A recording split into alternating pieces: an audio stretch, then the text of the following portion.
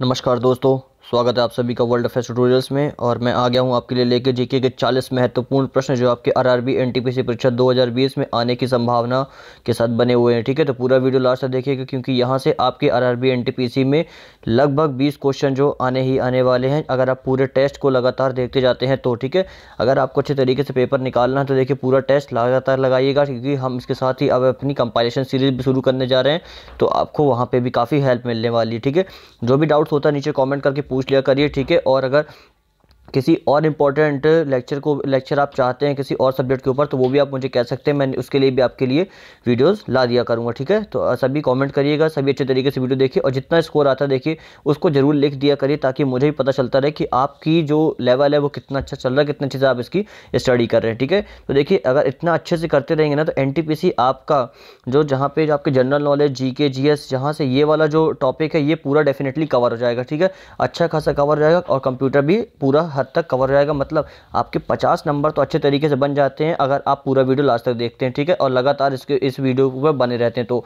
ठीक है, मैं शाम तक डेली कोशिश करूंगा कि आपके लिए शाम तक एक वीडियो जरूर अच्छे तरीके से आ जाए ताकि आपका एक भी क्वेश्चन मिस ना हो। चलिए स्टार्ट करते हैं, पहले प्रश्न पे आते हैं, फटाफट चालू करते हैं। देखिए अगर कोई हमारे चैनल पे पहली बार विजिट कर रहा है तो देखिए चैनल को सब्सक्राइब कर लीजिए और बेल आइकन को ऑन कर लीजिए ताकि आपको आपकी नोटिफिकेशन जो एनटीपीसी आरआरबी के ये आपको मिलती रहे। कल मैंने एक वीडियो अपलोड किया था जिसमें हमने मध्य प्रदेश पुलिस कांस्टेबल के लिए जो वैकेंसीज आई थी उनके बारे में बताया था। अब मैं उसके लिए भी एक सीरीज़ लाने वाला हूं जो आपको मध्य प्रदेश पुलिस कांस्टेबल के लिए काफ़ी हेल्प करेगी। तो अगर आप चाहते हैं मध्य प्रदेश पुलिस कांस्टेबल की वैकेंसी को भरने के लिए तो हमारे चैनल सब्सक्राइब कर लीजिए ताकि आपको अच्छे तरीके से जीके जीएस साइंस कंप्यूटर सभी का नॉलेज अच्छे तरीके से मिलता रहे। ठीक है, चलिए स्टार्ट करते हैं। चलिए पहला क्वेश्चन देखते हैं। सबसे पहले किसे मरणोपरांत भारत रत्न पुरस्कार दिया गया था? सबसे पहले ये दिया गया था हमारे लाल बहादुर शास्त्री को। ठीक है, चलिए पहला आंसर ये हो गया Lal Bahadur Shastri.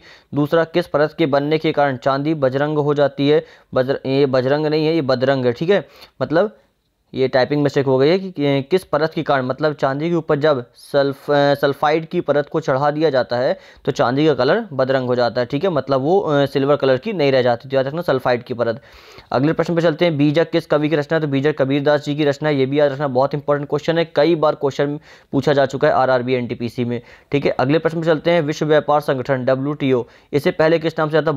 Most important question. WTO जिसको वर्ल्ड ट्रेड ऑर्गेनाइजेशन कहा जाता है, इसको पहले गेट के नाम से जाना जाता है था। अब आप मुझे नीचे कमेंट करके बताइए गेट का फुल फॉर्म क्या है। ठीक है, चलिए मैंने आपको इतना बता दिया कि गेट को पहले WTO कहते थे, सॉरी मतलब WTO को पहले गेट के नाम से जाना जाता था। इसका नीचे आप सर्च करिए जाके गूगल में और इसका आंसर मुझे बताना। नेक्स्ट क्वेश्चन है, दिल्ली सल्तनत पर मुगलों के पहले किसका राज शासन था? तो दिल्ली सल्तनत पर मुगलों के पहले लोधी वंश शासन करते थे। ये भी बहुत इंपॉर्टेंट है, याद रखिएगा। अगला प्रश्न है, कोरबा कोल फील्ड किस राज्य में स्थित है? तो कोरबा कोल फील्ड है ये आपकी छत्तीसगढ़ राज्य में स्थित है। ठीक है, याद रखिएगा छत्तीसगढ़, बहुत इंपॉर्टेंट है। अगले प्रश्न पे चलते हैं। अगला प्रश्न है, मोहम्मद बिन तुगलक ने अपनी राजधानी दिल्ली से बदलकर क्या कर दी थी? तो मोहम्मद बिन तुगलक ने अपनी राजधानी दिल्ली से बदलकर दौलताबाद कर दी थी। बहुत इंपॉर्टेंट क्वेश्चन है। ठीक है, देखिए अगर वीडियो अच्छा लग रहा हो तो वीडियो को लाइक कर दीजिएगा और वीडियो को शेयर करिए सभी के पास ताकि सभी के पास इसका नोटिफिकेशन मिल जाए और सभी को कहिए कि इसको देखिए जितना हो सके उतना ज़्यादा सब्सक्राइब करिए चैनल को ताकि आपकी नोटिफिकेशन मिस ना हो। ठीक है, अगले प्रश्न पर चलते हैं। सविनय अवज्ञा आंदोलन के दौरान भारत का गवर्नर जनरल कौन था? तो सविनय अवज्ञा आंदोलन के दौरान भारत का गवर्नर जनरल लॉर्ड इरविन था। ठीक है, ये भी याद रखिएगा। अगले प्रश्न पे चलते हैं। जलियांवाला बाग नरसंहार के विरोध में महात्मा गांधी ने किस चीज़ की उपाधि लौटा दी थी? तो जब जलियांवाला बाग नरसंहार हुआ था, ठीक है, ये कब हुआ था? तो ये आपका हुआ था 13 अप्रैल, ठीक है, 13 अप्रैल 1999। ठीक है, तब ये हुआ था जलियांवाला बाग नरसंहार जिसमें जनरल डायर ने हमारे मासूम लोगों को, ठीक है, पंजाब अमृतसर के अंदर बंद करके सभी को गोली चला दी थी। और इस नरसंहार के बाद, ठीक है, गांधी जी ने केसरे हिंद की जो उपाधि थी, जो उनकी नाइटहुड की जो केसरे हिंद की जो उनकी उपाधि दी गई थी वो उन्होंने उसको वापस कर दी थी। ठीक है, याद रखिएगा, इंपॉर्टेंट क्वेश्चन है। अगले प्रश्न पे चलते हैं। सौर मंडल का दूसरा सबसे बड़ा ग्रह कौन सा है? तो सौर मंडल का दूसरा सबसे बड़ा ग्रह कौन सा है? ये शनि है। ठीक है, शनि दूसरा सबसे बड़ा ग्रह, याद रखिएगा। पहला कौन सा है? तो पहला आपका बृहस्पति, इसको जुपिटर कहा जाता है। अगले क्वेश्चन पे आते हैं। वायुमंडल की पहली परत को क्या जाता है? तो वायुमंडल की जो पहली परत है ये क्षोभ मंडल कहलाती है, याद रखिएगा। ठीक है, ये छाब नहीं है, ये क्षोभ है। ठीक है, ऐसा कुछ होता है, टाइपिंग मिस्टेक हो गई है। ठीक है, क्षोभ मंडल कहा जाता है इसको। अगले प्रश्न पे आते हैं। त्वचा के अध्ययन को क्या कहा जाता है? मोस्ट इंपोर्टेंट क्वेश्चन, कई बार पूछा जा चुका है। त्वचा के अध्ययन को डर्मेटोलॉजी कहा जाता है, याद रखिएगा। अगले प्रश्न पे चलते हैं। रूस की मुद्रा का नाम क्या है? तो रूस की मुद्रा का नाम रूबल है। ठीक है, मुद्राओं से लेके भी क्वेश्चन आपसे पूछे जाते हैं, उसमें से एक क्वेश्चन डेफिनेटली पूछा जाता है। ठीक है, तो बांग्लादेश की मुद्रा क्या है? बांग्लादेश की मुद्रा आपकी टका है। ठीक है, ये भी याद रखिएगा, इंपॉर्टेंट है। अगले प्रश्न में चलते हैं। अगला प्रश्न है, भारत और पाकिस्तान के बीच चलने वाली रेलगाड़ी का नाम क्या है? तो भारत और पाकिस्तान के बीच चलने वाली रेलगाड़ी का नाम आपकी समझौता एक्सप्रेस है, ये याद रखिएगा। अगले प्रश्न पे आते हैं। 2011 की जनगणना के अनुसार न्यूनतम लिंग अनुपात वाला राज्य कौन सा है? तो 2011 की जनगणना के अनुसार जहां पे सबसे ज़्यादा लिंग अनुपात है वो है हरियाणा। लिंग अनुपात का मतलब क्या है कि जहां पे पुरुषों की संख्या महिलाओं की संख्या से ज़्यादा होती है। ठीक है, तो जो फीमेल होती है वो क्या होती है? कम होती हैं। किसके कंपेयर में? मेल के कंपेयर में। वो राज्य कौन सा है सबसे ज़्यादा? तो वो हरियाणा है। अगले प्रश्न पे आते हैं। वायुमंडल में सर्वाधिक मात्रा में पाई जाने वाली गैस कौन सी है? तो सर्वाधिक मात्रा में वायुमंडल में कौन सी पाई जाती है? सभी को पता है, नाइट्रोजन है। ये बताइएगा कमेंट करके कि ऑक्सीजन कितने % पाई जाती है वायुमंडल में। ठीक है, कई बार पूछा जाता है ये क्वेश्चन। अगले प्रश्न पे आते हैं। जलियांवाला बाग नरसंहार की जांच के लिए किस आयोग को नियुक्त किया गया था? तो जलियांवाला बाग नरसंहार की जांच के लिए हंटर आयोग की स्थापना की गई थी, याद रखिएगा। अगले प्रश्न पे जाते हैं। सौर मंडल का सबसे गर्म ग्रह कौन सा है? तो सौर मंडल का सबसे गर्म ग्रह शुक्र ग्रह है। ठीक है, अगले प्रश्न में चलते हैं। अगला प्रश्न है, गुरुत्वाकर्षण के ब्रह्मांडीय के नियम के आविष्कार कौन है? ठीक है, तो गुरुत्वाकर्षण के जो ब्रह्मांडीय नियम है, ठीक है, जो आपके यूनिवर्स से रिलेटेड जो आपका ग्रेविटेशनल नियम दिए गए थे, ठीक है, इनका आविष्कारक कौन है? तो ये सारे नियम किसने दिए? ये सभी नियम न्यूटन ने दिए, आप सभी को पता होगा। देखिए प्रश्न काफ़ी सरल है, बस आपको ये याद रखना है कि आखिर इनमें रियलिटी मतलब इन सभी नियमों का प्रतिपादन किसने किया है। ठीक है, सारे तरीके से पूछे जाते हैं, तो बस पेपर में आपको याद रहे इसके लिए बस इसको रिविजन जरूर करते रहिए। और हो सके तो दिन भर में कम से कम एक ही वीडियो को आप 2 बार देखिए इसी वीडियो को, ताकि आपके 40 क्वेश्चन में से सारे क्वेश्चन तो एटलीस्ट आपसे बने। ठीक है, अगर इन 40 क्वेश्चन में से आपके 10 क्वेश्चन भी पूछे जाते हैं तो आपके एटलीस्ट वो गलत ना हो। चलिए अगला प्रश्न चलते हैं। रक्त में लोह की कमी से कौन सा रोग हो जाता है? तो अगर रक्त में आयरन की कमी हो जाती है तो उसके कारण आपको एनीमिया रोग हो जाता है। इसके कारण आंखों का, जिसको एनीमिया किसके कारण मतलब आंखों, एनीमिया से क्या किस हमारे शरीर के किस पार्ट को नुकसान पहुंचता है? तो ये आंखों को नुकसान पहुंचता है। ठीक है, अगले प्रश्न पे आते हैं। सौर मंडल का सबसे बड़ा प्राकृतिक उपग्रह कौन सा है? तो सौर मंडल का सबसे बड़ा प्राकृतिक उपग्रह ये कौन सा है? ये आपका गैनीमेड है, और ये सबसे बड़ा प्राकृतिक उपग्रह है। ये भी पता होना चाहिए कि किस ग्रह का है। तो ये आपका बृहस्पति, मतलब जो आपका जुपिटर है उससे रिलेट करता है। ठीक है, बृहस्पति से रिलेट करता है। अगले प्रश्न चलते हैं। गिर राष्ट्रीय उद्यान किस राज्य में स्थित है? गिर राष्ट्रीय उद्यान आपका गुजरात में स्थित है, ये भी याद रखना। ठीक है, और गिर जो राष्ट्रीय उद्यान में इसमें जो लॉयन है, ये कौन से लॉयन कहलाते हैं? ये आपके एशियाटिक लॉयन कहलाते हैं, ये भी याद रखिएगा। ठीक है, अगले प्रश्न पे आते हैं। अगला प्रश्न है, अभिनव बिंद्रा का संबंध किस खेल से है? तो अभिनव बिंद्रा का संबंध हमारे निशानेबाजी से है। ठीक है, काफ़ी इंपॉर्टेंट प्लेयर है और इनको ओलंपिक में गोल्ड मेडल भी मिल चुका है, ये भी याद रखिएगा। फिर है किस, ये दिल्ली नहीं है फ्रेंड्स, ये झिल्ली था, ये गलती से मिसप्रिंट हो गया। ठीक है, काफ़ी टाइपिंग मिसप्रिंट हो रही है। ठीक है, ये झिल्ली है। तो किस झिल्ली में पादप व पशु कोशिका दोनों पाई जाती है? तो ये जो आपकी कोशिका झिल्ली है, ठीक है, जो आपकी कोशिका झिल्ली है, इसमें पादप और पशु कोशिका दोनों पाई जाती हैं, ये भी याद रखना। ठीक है, अगले प्रश्न पे चलते हैं। अगला प्रश्न है, अमीर खुसरो किसके दरबार के विख्यात कवि थे? तो अमीर खुसरो किसके दरबारी कवि थे? तो ये अलाउद्दीन खिलजी के थे। मोस्ट इंपॉर्टेंट क्वेश्चन है, कई बार एग्जाम में पूछा जा चुका है, और जो एग्जाम दे रहे हैं, ठीक है, उनको तो ये पता ही होगा, अगर आपने 1-2 अटेम्प्ट किसी NTPC के या फिर किसी अदर एग्जाम के दिए, कि ये प्रश्न आपके सभी जगह पूछे जाते हैं। तो देखिए इसको शेयर सभी के लिए करिए, ताकि कोई किसी भी एग्जाम की तैयारी करे, चाहे RRB हो, रेलवे हो, MP पुलिस हो, ठीक है, SSC की किसी एग्जाम की तैयारी कर रहा हो, बैंकिंग की तैयारी कर रहा है, देखिए क्वेश्चन तो सभी जगह पूछे जाते हैं, तो वो 4 जगह क्यों भटके, एटलीस्ट उसको एक ही चैनल पे सारी चीजें कवर हो जाए। ठीक है, इसीलिए बोल रहा हूँ।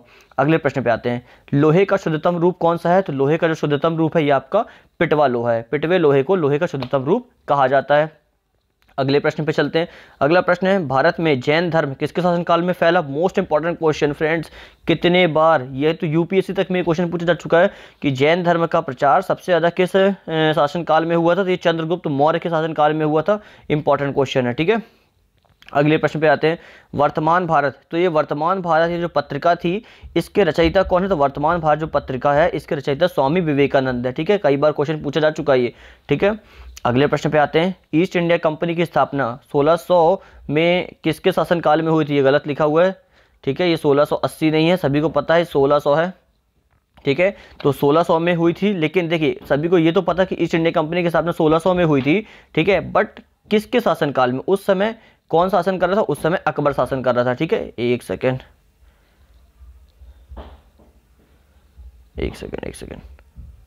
ओके ठीक है, तो उस समय शासन किसका था? उस समय शासन अकबर का था। नेक्स्ट प्रश्न पे चलते हैं। भारत में राष्ट्रपति चुनाव में हिस्सा लेने वाली प्रथम महिला उम्मीदवार कौन थी? मोस्ट इंपॉर्टेंट क्वेश्चन, पीएससी तक में इस तरीके के क्वेश्चन पूछे गए हैं। ठीक है, तो भारत में राष्ट्रपति चुनाव में हिस्सा लेने वाली प्रथम महिला उम्मीदवार पूछा गया है, तो ये मनोहरा होलकर थी, ये भी याद रखिएगा। अगले प्रश्न पे चलते हैं। संसद के ऊपरी सदन का क्या नाम है? सभी को पता है संसद का ऊपरी सदन कौन सा? ये राज्यसभा है, और जो निचला सदन है उसको क्या बोलते हैं? उसको लोकसभा कहा जाता है। अगले प्रश्न पे चलते हैं। केवाईसी का पूर्ण रूप क्या है? तो केवाईसी का पूर्ण रूप है नो योर कस्टमर। ठीक है, सभी को पता है इसका। नेक्स्ट प्रश्न पे चलते हैं। भाखड़ा नागल बहुउद्देश्य नदी घाटी परियोजना किस नदी पर निर्मित है? तो ये जो भाखड़ा नागल बहुउद्देश्य नदी परियोजना है ये आपकी सतलज नदी पर है। ये बताना कि भाखड़ा नागल ये जो बांध है, ठीक है, ये कौन से राज्य में है? ठीक है, इंपॉर्टेंट है। नेक्स्ट प्रश्न पे चलते हैं। भारत के लिए पहली बार समुद्री मार्ग की खोज किसने की थी? तो भारत के लिए पहली बार समुद्री मार्ग की खोज ये पुर्तगालों ने की थी। ठीक है, वही हमारे पास समुद्री मार्ग से भारत पहुंचे थे, तो याद रखिएगा। अगले प्रश्न पे आते हैं। अगला प्रश्न है, भारत में गेहूं का सबसे बड़ा उत्पादक राज्य कौन सा है? तो भारत में गेहूं का सबसे बड़ा उत्पादक राज्य उत्तर प्रदेश है। ठीक है, तो उत्पादक उत्तर प्रदेश याद रख सकते हैं इस तरीके से। नेक्स्ट प्रश्न पे चलते हैं।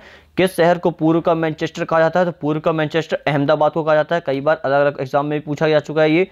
नेक्स्ट क्वेश्चन में चलते हैं। अद्वैतवाद के संस्थापक, मोस्ट इंपॉर्टेंट क्वेश्चन, अद्वैतवाद के संस्थापक किसे माना जाता है? अद्वैतवाद के जो संस्थापक है शंकराचार्य को माना जाता है। ठीक है, अगले प्रश्न पे आते हैं। अगला प्रश्न है, कांग्रेस ने किस अधिवेशन में भारत छोड़ो प्रस्ताव पारित किया था? तो कांग्रेस ने मुंबई अधिवेशन जो हुआ था, ठीक है, तो मुंबई अधिवेशन में क्या किया था? भारत छोड़ो आंदोलन का प्रस्ताव पारित किया था। ठीक है, याद रखिएगा। अगर आपको पता होगा भारत छोड़ो आंदोलन कब शुरू हुआ था, तो आपको ये भी पता चल जाएगा कि मुंबई अधिवेशन कब किया गया था। ठीक है, इस तरीके से रिलेट करके भी याद किया करिए। नेक्स्ट प्रश्न पे आते हैं। Kolkata state Bengal Asiatic Society की स्थापना किसने की थी? तो जो कोलकाता में स्थित Kolkata state Bengal Asiatic Society की स्थापना ये सर विलियम जॉन्स ने, ठीक है, किसने? सर विलियम जॉन्स ने की थी, याद रखना, एशियाटिक सोसाइटी की स्थापना। अगले प्रश्न पे आते हैं। गांधी जी ने चंपारण सत्याग्रह आंदोलन की शुरुआत कब की थी? तो गांधी जी ने चंपारण सत्याग्रह आंदोलन की शुरुआत 1917 में की थी। ठीक है, तो फ्रेंड्स ये थे आज के बहुत इंपॉर्टेंट क्वेश्चन। ठीक है, आज के नहीं मतलब आपको किसी भी एग्जाम में ये हेल्प करने वाले हैं, तो कभी भी आप इसको पढ़ सकते हैं और किसी भी एग्जाम की तैयारी करें तो भी पढ़ सकते हैं, ना केवल एनटीपीसी के एग्जाम क्या है काफ़ी ज़्यादा चर्चित में है और सभी के एग्जाम जो 13 तारीख तक खत्म भी हो जाएंगे, इसीलिए मैं चाहता हूँ कि सभी के एग्जाम अच्छे तरीके से तैयारी हो जाए। तो पूरा वीडियो लास्ट तक देखने के लिए जो यहाँ तक आया अच्छे तरीके से वीडियो देख लिया है, तो देखिए फिर तो चैनल को सब्सक्राइब करके और वीडियो को लाइक करके ही जाइएगा अगर आप फर्स्ट टाइम देख रहे हैं तो। ठीक है, तो ये थे इंपॉर्टेंट क्वेश्चन आरआरबी एनटीपीसी के लिए। ठीक है, ये हमारा 4th टेस्ट था। सभी ने अच्छे तरीके से टेस्ट को देखा होगा, अच्छे तरीके क्वेश्चन को समझा होगा। सो सभी अपने अच्छे तरीके से वर्ल्ड अफेयर्स ट्यूटोरियल को सब्सक्राइब कर दीजिए, लाइक कर दीजिए, जितना हो सके उतना ज़्यादा शेयर कर दीजिए। एंड आज के लिए इतना ही। Thanks for watching and have a very good day.